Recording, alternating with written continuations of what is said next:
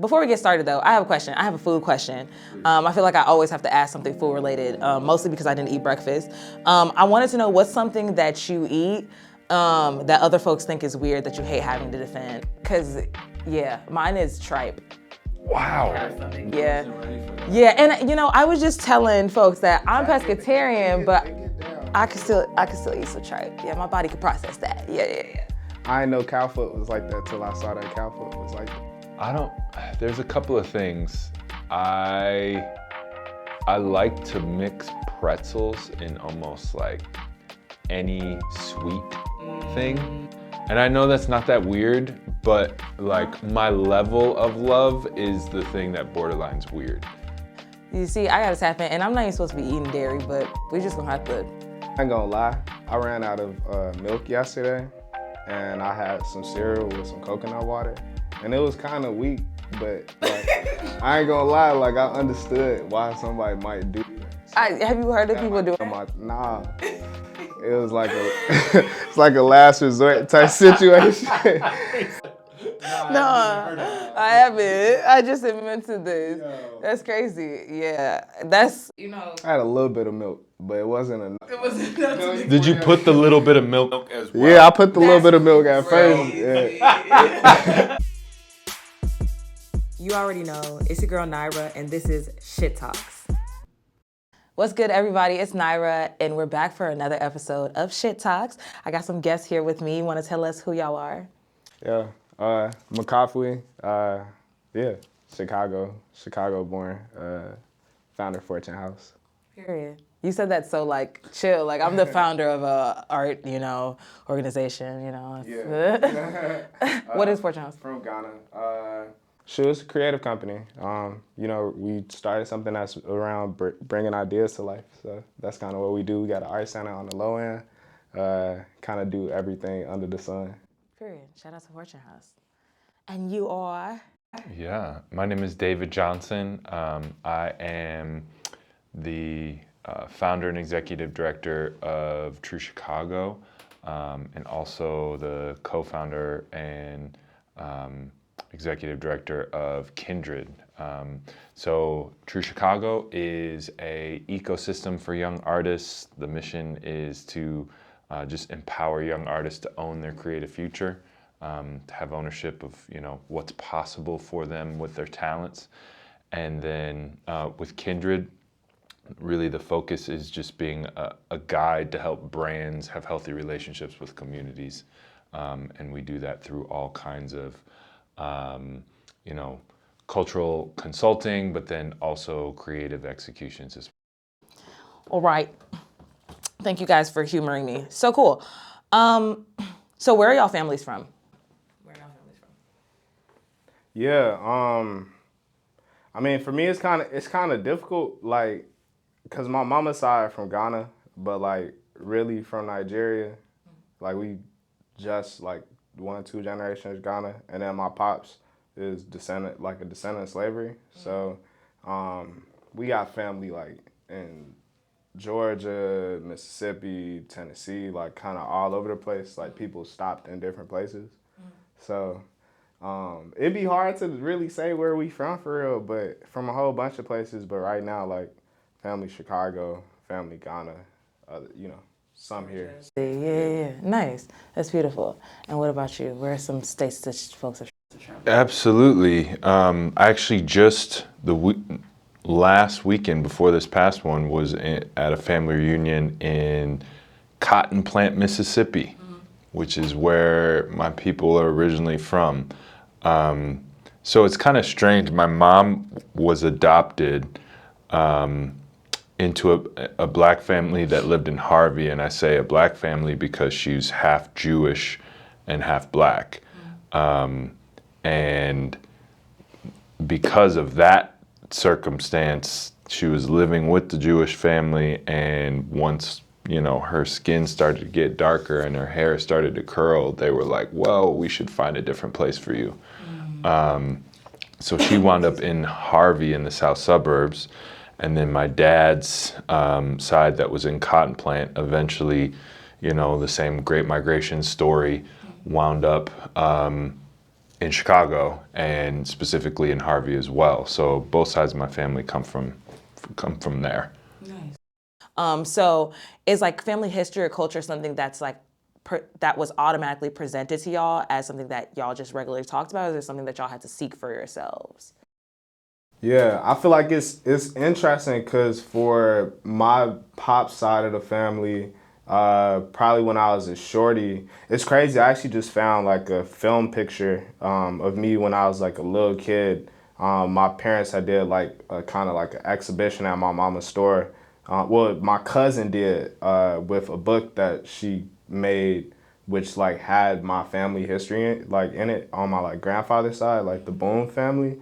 And that literally broke down like the tree going back like 5 generations. So seeing that as a shorty, I think was very like reaffirming and less confusing because like, especially just on like the Black American side, like we get the encompassing term of slavery, and it's kind of just like hard to know like what that actually means, like, chronologically, just because it's like so, it seems like it was such a long time ago, but really it's only like 5 generations or so. Like I'm 23, so like I think probably like, that's like four or 5 generations because my pops is like, his late 50s. He's the youngest in his family. So I got like an older family type situation. So I feel like it was just like presented to me early, just the idea of like the, whole family tree, situation. So I think that was always cool. And like going to Tennessee and like kicking it with like my great aunt out there when I was a shorty was always like, okay, I'm not just from Chicago. But then of course, like I got family in Chicago. So I think that side was always like interesting to kind of, just experience and learn. And then like my mama's side, like all my cousins live overseas. So sometimes like I have a couple cousins that have come and lived with us, for sometimes months. Sometimes, they stay for like a year, then get another place and then just move in. So we've always kind of made like an extension of the crib here in Chicago. But my mom's also the only one of her siblings that live here. So that was all. It took me like going back to Ghana when I was 14 to kind of like physically reconnect with everybody. So I feel like it's interesting. It's kind of like all over the place, just like learning about all of that stuff. But yeah, it is. I feel like pretty blessed to know like what village I could go back to, and then also like to some extent like, what stops my family have made like different places and shit. Cause I got aunties in like my auntie live in South Carolina too, and it's like history there as well. So Yeah, that's very real. Yeah, similarly, my mom is one of 2 of her not like 8 siblings that's here, and then none of my dad's siblings ever came to the States. So it's like we had to like go out of our way to be like, who the hell is this person, and like what are these things, and what do all these things mean? Because there's like this like level of separation created by distance, right? That also is like, oh, we're not just casually having conversations about these things in our day-to-day life because those people are not like around us, So definitely feel that. yeah, Facts. for sure. And what about you? Yeah. I mean, back to the original question, was it something we had to find or is it presented? I would say that there was aspects of it that was presented to me as far as family history. But, out of 4 grandparents, I only had blood relation to 1, and that's my dad's father, so my granddaddy on my dad's side. And he is the one who's from Cotton Plant, Mississippi. And honestly, he told me a lot of stories just kind of sitting around at the house, sort of a vibe. Like, yeah, this reminds me of the time when I was, driving in Mississippi doing this, or like, he'd always tell, all these crazy stories. But I would say for the most part, it's something that I had to go out and find to put the pieces together, and really understand what the story is. And so I've been on that journey, I would say, for about the last 5 or 6 years to really like, going into genealogies and What I have found out, the oldest family member that I know of is a guy by the name of Wiley Johnson. And he is my great-great-grandfather. And believe he went and fought in the Civil War, went up from cotton plant all the way to fight in for the colored infantry in the Union Army, and survived that. I think found his wife, wound up coming back to cotton plant, and then him and his son bought land. They bought 1,200 or 120 acres for $1,200 in cotton plant, and our family still has a little bit of that land. So that was passed down, and that's kind of the most of what I know. Before that, that's why it's amazing when I hear you say, like, I could say the village. Like, for me, it's more of like, when I think of that, it's almost like that's like a ghost family. Mm-hmm. Because somehow that would exist for me too. I just have no way of finding that out. Like, do we feel like it's important to leave a paper trail? Like, does it feel important? And by paper trail, I mean, like, does it feel important to, like, pass things to one another in any way, shape, or form? Does it not matter? I think it matters. I think it matters a lot. And I think it has generational shaping capabilities. Mm-hmm. Like, you're telling us things about things that happen in your family. It's because somebody told you. Like, you weren't there in the 70s. Mm-hmm. But somebody told you what happened in the 70s. Mm-hmm. And so now and that information is passing on. However, when it comes to, like, doing that in a solidified way, whether it's through land or whether it's through, like, even physically writing out the family story or whatever, one of my friends who is an incredible Black psychiatrist who talks about, like, this process of storytelling within Black families specifically, she always talks about there's a crisis in the hierarchy of needs. And what she means when she's talking about that is, like, think about your parents' grind growing up, like the things that they just had to do on a daily basis that you didn't realize how difficult they were until you became a person who was paying bills and trying to do your thing. And I think about my granddaddy, my grandfather on my dad's side, he'd work 3 jobs trying to support 11 kids. And after his first 6 kids were born, his wife died. Mm-hmm. And he had to, figure out what he was going to do. Got remarried, had 5 more kids. But the idea of, like, the hierarchy of needs, like, he literally didn't have the capacity to, like, sit down and write down the family story. Mm-hmm. Because of the demands on his life. Mm-hmm. And I think that that's shared, with any working class folks, but I think it is magnified with the Black circumstance a lot of times, because they're like, how do you pass on a story you don't have time to tell? Mm-hmm. And that's the way that I think of it, is like, absolutely, it's paramount to continuing to exist and continuing to share who you are with the next generation so that they can know who they are. Mm-hmm. However, I think that a lot of times the difficulty in identifying ourselves as Black people comes from this crisis of the hierarchy of needs. Mm-hmm. Like, what I need to do is figure out how we're going to get food on this table. Mm-hmm. What I need to do is figure out how these children are going to have an education. Mm-hmm. So I don't know how I'm going to be able to tell you the story because I'm just trying to make sure you're alive. Mm-hmm. So that's what I would say. Yeah. One thing I like that my parents did with us was they took film pictures, like, probably for the first, like, 10 years of my life situation. Same for my siblings, my big brother. And it's always cool to just, like, dig and, like, see, those singular moments. Like, it's actually crazy. I found some undeveloped film at my mama crib and developed it, and it was, like, from 2003. Mm-hmm. And it was pictures of me when I was a baby, my sister when she was a baby, my grandma who passed 2 years later. There was pictures of her in there. And it was an interesting thing, just like recently stepping into film photography. There was a picture of my grandma sitting in a chair next to my brother, and my auntie was sitting on the floor doing her makeup and shit. And I showed the picture to my auntie and my dad. I was like, "Hey, do y'all remember what conversation was going on like in this picture?"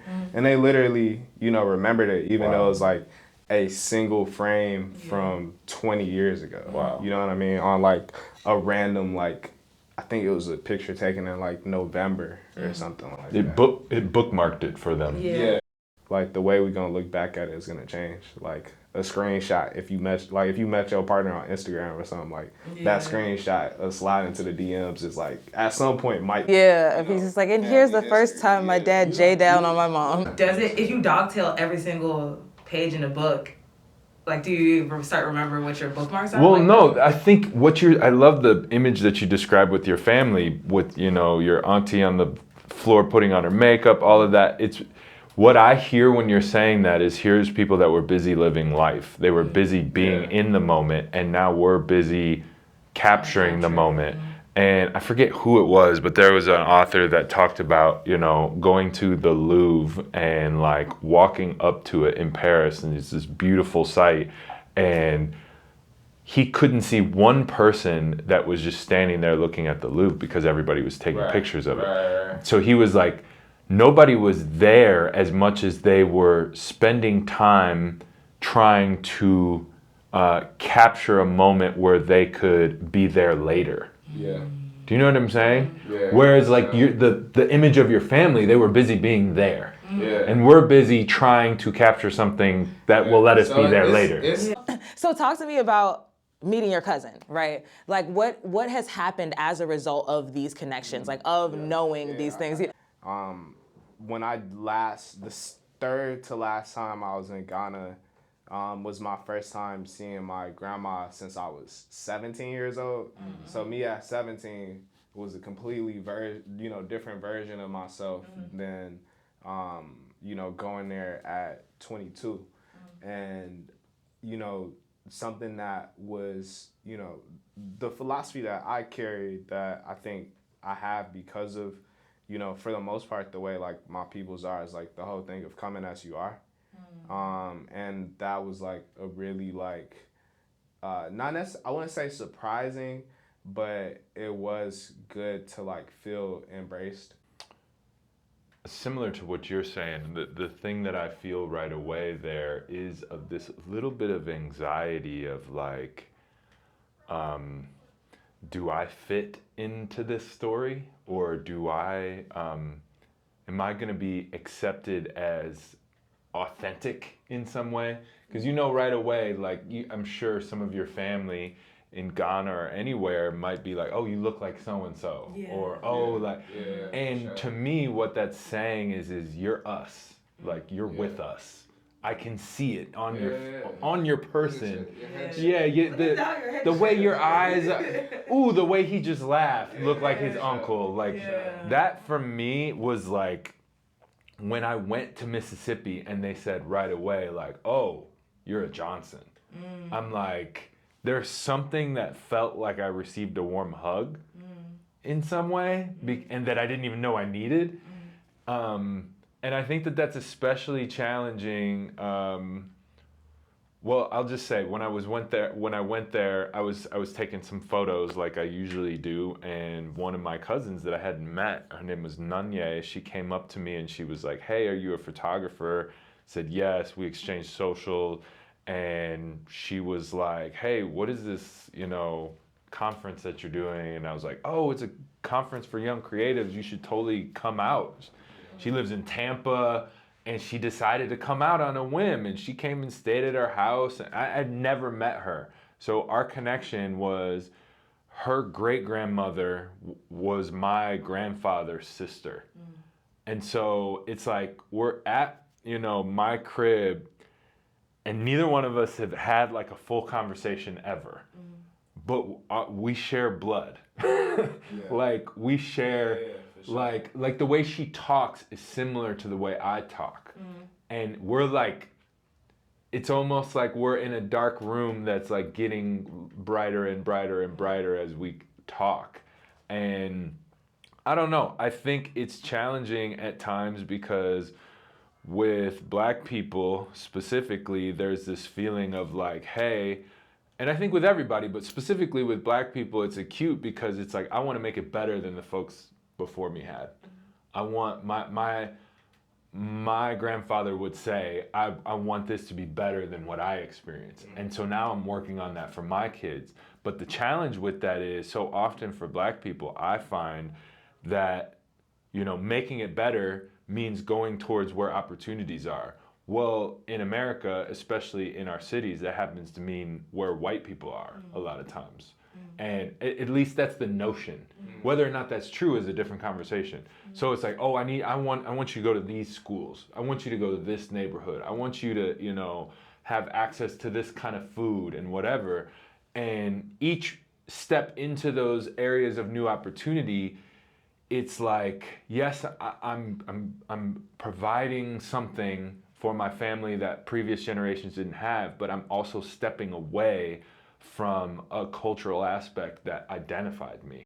And I think it's easy to get lost in that when you're trying to understand. That's why I love what you said about belonging, Something of all of that concern gets taken care of when I go back to Mississippi and they say, you look like us. So, yeah. I never actually felt related to anyone because I didn't have any family that was here. So none of my cousins were like actually my cousins until I met them. And then it was like, I am related to somebody. Like, I'm related to a lot of people, even the people who are back home. I'm also related to those people. But like, there is a place that like, I don't feel so different from everyone else when I like come to this place or I'm around those people, and just like didn't understand how much like that meant to me at that time. And of course, I'm still grateful for the cousins that I grew up with calling cousins, even though we're not related in the same way they might be related to each other or that I am to other people. But I don't know. There's just something about just like, it's like I don't have to explain to y'all why I fit. Like you said, you see it on my face or. Yeah, I think that is like, that's a human, like, guttural need. And it is the thing that you're talking about, I think, is this desire to fit into a story larger than yourself. Like, you want to be attached to something that's bigger than just you sitting here. Existing in this moment right here. Yep. Yeah, that's so real. So how do y'all feel like your understanding of that impacts the way you see community on a larger scale, right? Like people out and about on the daily basis that you interact with that aren't necessarily like your family, but are your family through community? Yeah, I think like what's been interesting for me with like opening the art center and spending a lot of time there is that like where I opened, the Fourtune House at is like literally a block away from where I went to high school and like a couple blocks away from my mama house. So like it's literally my neighborhood. So I like am very just like I feel like I'm conscious of like the dynamics and the changes that the neighborhood has experienced. Like when I graduated high school, where the store is was like a vacant lot. So sometimes I just be sitting there and it's a vacant lot across the street and I'd be thinking like, damn, I remember when this looked like that and now it looks like this and my perception is changing. And the familiarity, it's so weird to say like the familiarity is refreshing, but like after spending 4 years at a PWI, spending like going up north every single day to Loyola, like started to see the importance of just like, it's like, it's weird to say, it's not reconnecting because I'm there, but like really like being in community. This apartments above our art center, and like I know folks that live there, and like they stop in the store, and like when we do movie nights, they come out to the movie nights. When we barbecue, they come to the barbecues and shit, and we don't even have to like. They don't even see the flyers on. They just be like, oh, they doing something outside. We're going outside. Part of the community center. And I didn't even realize that the old leaders was across the street from where the art center is. You need to write this out. But then my mama heard second, her store in Hyde Park was next door to Leaders, so it was like very full. Bro, that you are participating in a bigger story, and I think that's the thing that's so empowering. I'm like a tree in a bigger forest. I'm not just here by myself doing stuff. For sure. Because that is like, I mean, Corey is one of my mentors, has been for forever. And he's someone that deeply understands this and has spoken it into my life. But it's just that thing of like, hey, when I come up and do my thing and it's my turn up to bat, I'm not the first one here. Yeah. Like, I'm actually representative. And this is what I was trying to talk about on Sunday, was just this thing of like, yo, when you show up, you are the continuation of whatever your ancestors, whatever your father, your grandfather had to say before you. Now you're about to say more of it and better. It's real. And more than they could have at that time. It was even a point, you know, when we was on the streets, we was protesting 3 years ago, and we met protesting, yes. But my pops told me something like, yo, what y'all are doing right now is what I wished I could do. You know what I mean? And like, I think that's like the epitome of like how generations progress. You know what I mean? That's what I was trying to say. Whoever come after like me, they gonna, you know what I mean? They're gonna go crazy. You know what I mean? They doing the stuff that we have to go all the way to U Media to do. Right. And they phone. But what I'm saying is like that's what I meant when I was saying the hierarchy of needs, where my father and his father before them, he was just worried about like, hey, how can we make sure that there's food on the table? He didn't have the chance to like tend to his mental health. He didn't have the chance to do breathing exercises. He didn't have a chance to go to the community art center run by a dude like you. Like that just wasn't even accessible. But now it is. And now you are going through that process and exploring like, yo, I'm just getting started. Like, what else could I do? What could I empower you to do? Yeah. So to answer your original question, how does that inform the way, you know, I approach my work? Man, what I think my purpose is to, you know, activate people's purpose by living my own. And what I mean when I say that is I think your purpose is embedded in your story. I think finding your story has the ability to unlock purpose and healing in your life. And once you're finding that story, and that's why I say you should write that, because you just said part of the story. Like just without even thinking, you're like, yep, it's this, this, and this.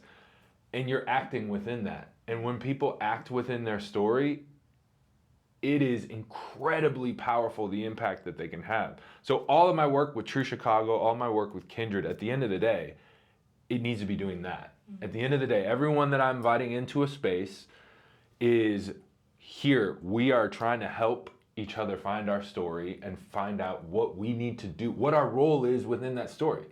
Because the story's been happening before we even got here. Exactly. And now my job is to act within it. So yeah, that's the goal. That's so real. Yeah, that's interesting. Yeah, I wrote a poem about that as well. Like my dad came to this country for school, and so was the first one to go to like one of the first to go to school, right? And he's from the village, and his parents couldn't read or write, right? And so then like, and their parents, like his, you know, his dad also was like there when like missionaries came to like our village and things like that. And that's just like one generation up. And now I'm like, I write things like for money, like as a job. And I never understood when my dad like was like, you know, like, yeah, I think it's really good that like you're a good writer. Obviously he's like, you're going to be poor, but like he was also like, you know, you're really good at writing. There's a lot of like, I think that's an important skill to have. And then one day he's also like, yeah, your grandparents couldn't write anything. I've never seen them write or read anything. And I'm just like, that's so real. I wasn't even realizing like, at that time I wasn't realizing, you know, my middle name is Carol after Carol Mosley Braun. Whoa. Yeah. And so I wrote a cover story about like first Black women in politics last year. And she was one of the people who were in that story. And my dad's like, can I have a copy of that? And then he's like, you know, that's why your middle name is Carol. And I'm like, you never told me that. And she was in the story. And I was like, you didn't think that was important to tell me? Without that knowledge, I ended up being like into politics and things like that naturally. But like you know what I'm saying? Like my dad seeing his like surroundings and being like, wow, here in this country, here are all these things that I'm inspired by that are so different than anything we were ever able to do and like take this thing and go, you know? Yeah, for sure. Yeah, like thinking about the church that my dad went to when he like first came to this country, and like now that neighborhood feels like it's also a neighborhood that I grew up in, because like my dad's like, and when I was really poor, I'd go to church. Somebody go give me something to eat. Like, you know what I'm saying? Like that type of thing, you know? But also, right, like the fact that it was out south, you know, where people have this idea of like collective, like survival, or like just like community, like being like, we have to help each other out in order to survive. I feel like if my dad immigrated to maybe somewhere that wasn't like that, people wouldn't have been so willing to help out, because they'd be like, well, why should I help you, you know? Yeah. Individualism is a facet of white supremacy. Okay, and on that note, yeah, so y'all talked about the organizations that y'all are running. Anything that y'all want to plug? Yeah, I mean, we got an art center on 44th and Cottage Grove, so 4410 South Cottage Grove. Yeah, we have some exhibitions coming up, working on one called How We See Things right now. Restarting the study room, the literature program. So trying to, do like book clubs in the space. We giving away free canvas through the winter, because we have a really cool partnership going on right now with ILA Creative Studio, Rachel. Yeah, just day-to-day things. But yes, we will have free canvas for.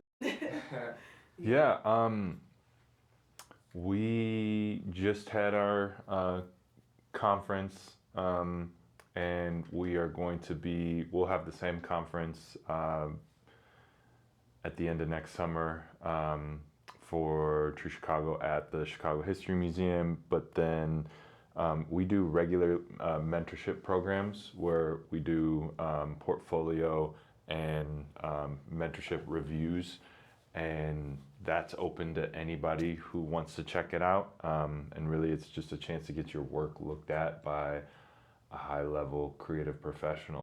Cool. Okay, cool. Well, thanks y'all so much. Thanks for sitting and chatting with me. That was beautiful. Once again, I am Naira. This has been Shit Talks.